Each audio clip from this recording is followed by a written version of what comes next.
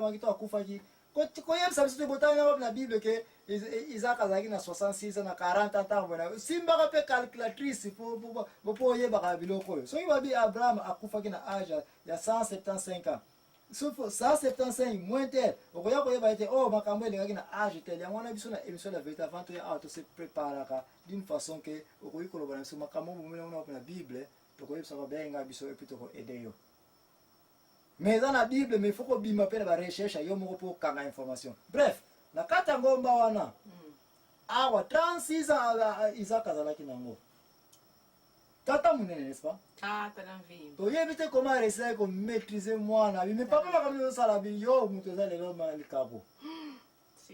les places on a mwana mais papa yo te muto ko sanga biloko boy mbeli kaka yeye ngekota boy bu ange bi asaini akanyi loboko ya Abraham ekosala yango te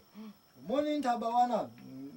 mboloko wana ekangami na singa kuna na maseke zwa eboma ye ja ko rampesa na place ya mwana nzambe soka bitumila ngai mbeka ko tumba yango kaka ozo comprendre de place ona oza komona ete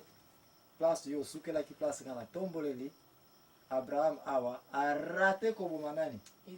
Isaac kasi ba serviteur batikala ki wapi ngambo kuna na se 3 jours bati mintu tsakate ukanza te bakeneka na tongo esi basongi 3 jours sikona 3 jours na tango na mutu mama ye Sara aza ko yebate mobali aza wapi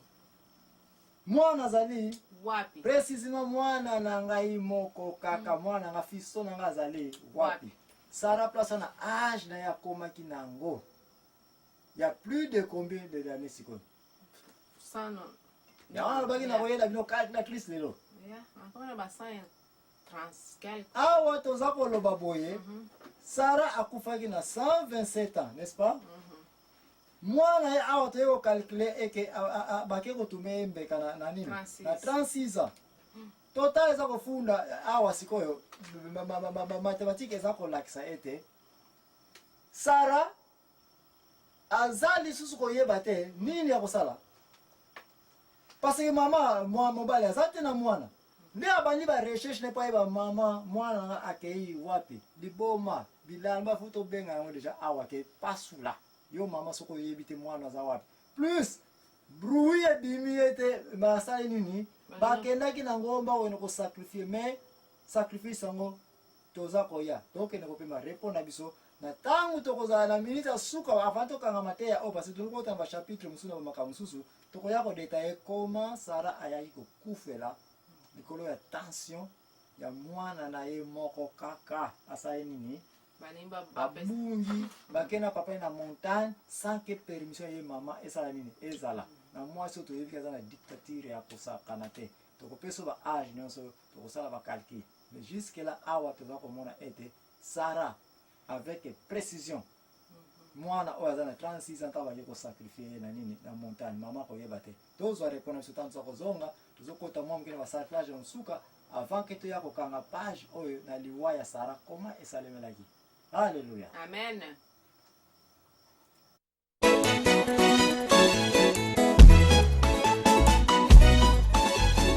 Leve. Pare pour m'aller. Côté Jésus, voyez. Pare pour m'aller. Côté Jésus, voyez. Mal prêché aussi quand Zoyo. Vous voyez mal prêché mon coyo. Vous voyez mal prêché mon boyo. Vous voyez mal prêché mon coyo. C'est ça. Côté Jésus, voyez. Pare pour m'aller.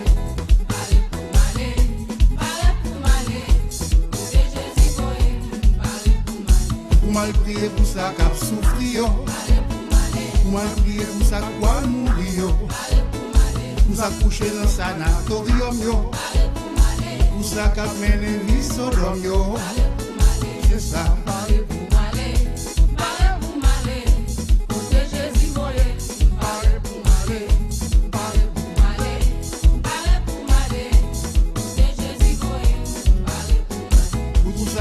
Maintenant prison yo, pour tout côté mon vive dans misère yo, Dans tout pays qui besoin la paix, yo. C'est ça. Parlez pour Malé. Parlez pour Malé. Protéger Zivoye. Parlez pour Malé.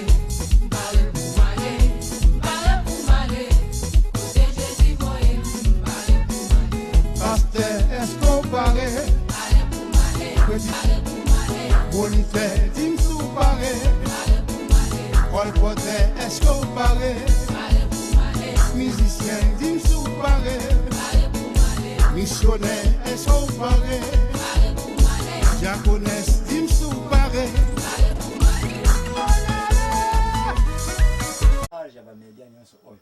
mamani oyebi makamzo ali kolobela awa ezali ya clan Sara na kati ya clan Sara toyi komona ke ba Isaka nyonso bakobima ba Abraham basili kobima deja ba Agar nyonso basili kobima deja sikoyo mama ani nini yango lisusu olingi tolobela awa pasi mateya na biso ebani kokende presque na katikati sikoyo iya ndenge tozali koloba likabo olobaki avant tokende na ebandeli wana olobaki basi batata mingi bapoligami boyeboye ezoluka makambo nyonso sikonga mpe naza na ndenge tuna basi oyo baza na molimo ya dictateur wana dictature ezali kati na bango basi wana nayebaki ya dictature wana ebandaka na ntango ya kifiançaille ou bien na ntango bakoti na bandako na bango ke bana bango bazokoka su baza su na moya koloba te mwasi oyo nyonso koloba alandi kaka mwasi akoyebisa elia nie yepa lenie ozomona mwasi akoloba bengana mama na yepa bengani mama mwasi akoloba zala ennemi ya famille na yepa za ennemi ya famille na mwasi oyo nyonso mwasi akoloba nayebaki ya dictature wana ebandaka quand nalingi mpenza nayeba epuis mpona nini balingi econtinue po balobi mobali azala chef andako mobali azali the boss azali the head of the house right chef donc yende nalingi mpenza nayeba nini mpenza ezosala mobali aza na moya koloba te aza na moya kopesa reproche na mwasi na ye te oyo nyonso mwasi akoloba mpona nalingi nasala ye kaka mpo yo alobi epuis ntango erreur akoya bozoloba kaka mwasi mpona lino na mwasi famille na ye bakamarade na ye nyonso balobi ka mobali yango oyo nyonso mwasi aloba yango ka bakamaradi mpe kaka balobi mobali wana devant mwasi wana aza faible bazokondane mobali mwasi mpe azokoze nyonso wana faute nyonso azokondane mobali nini esalaka bongo mpe bien merci mama ani réponse oyo ekumbi biso na kocrée émission oyo ya clan Sara raison totieli yango na clan Sara parce que eye komona ete avant tata Noa eza un peu difficile po toka kolanda bamakolo ya bato parce que bahieroglyphe to baécrit to kokoma ezalaki mpenza mingi te yango naza komona ete toza na difficulté kaka koyeba kolandela bato na temps ya avant Noé mais temps ya après Noé ki ye ya baabraham oyo précisément parti abraham toza komona ete moyen ezaleki yango wana bandeko mama ani réponse na kopesa yo question oyo yango moto ekumbi biso ya kosala émission ya clan Sara parce que titre yango eza clan Sara à partir ya Sara nde place ekosi nde komona badictateur eke dictature ezali na kati ya vie ya mwasi koimpose mobali mpe malgré puissance oza nango me obimi zoba nde yango toye komona ete réponse na kopesa yo tika to analyse nanu bato nini yango so tomoni baza na babizaleli ya boye na bible na société na biso mpe bazali baoyo ya société biso tokolobela bango te tokenda kozwa baoyo tokoki kokende kozwa baréférence na bible oza komona Rebeka mwasi nani ya me réponse opesenga yango ngana nayeba ebandaka na air nini opesenga yango te bo kasi ebandaka na makila yango efo descendance ezala te yo makila ozwi mama na yo te ya me sikoyo ngana si namona na makila ya mama na ngai tobotama toza 4 tobotama biso nyonso toza ndenge moko quand je parle de makila bango basala science ya biologie bakoya koyebisa so ozona na bagénétique ya bato eza te ke ozwaka bagénération ya sikoyo ifo kita de génération ya génération nde merci mama ni ndenge olobi boyeke na bilubumu na bino libumu na bino ekoka te mpo to analyse yango naza komona meilleure façon bascientiste mpona koévalue babiloko oyo ezongaka na fréquence na une certaine génération bazwaka banyama oyo bazali ke na 1 mois bakoki kobota bana ebele na 6 mois bakoki kotia bana ebele na mokili komsa bani kolandela bagénération à moins de temps parce que biso bato mpo okokisa 10 génération okozela combien de mbula expérience yango kosala na laboratoire pour combien de temps nde bazwaka bampuku bazali ke na mois oyo babotaki 12 bana de 12 bana so batie bango lupango so baboti so bakomi susu 50 epuis okozaka 4e 13e 4e balupango mpango oza ko bagénération epuis ozolandaki mpuku ezalaka na tasha pembe baoyo mosu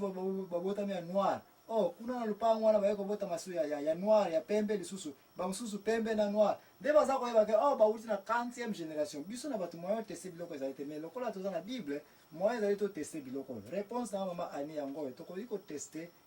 ba biloko na génération ya libumu na bino te mais faut que na ba génération eska ba Abraham o tina data lelo po to yeba ba mbula ebele l'équipe ba bi fréquence ba makamko kozonga combien de fois salemi to yeko mona ete Sara azalaki na makila ya sorte ya basi oyo ya badictature oyo ya babe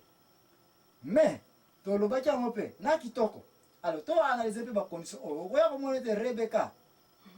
ye kaka moto ayeki kokwesa lisusu nani mobali na Isaki ya koloba na bana na ye koma kodissocie bango koya kotiaki injustice ki moi na Sara Rebeka amoni so azalaki kitoko moko ya somo kuta kosakana te parce que mpona mokuse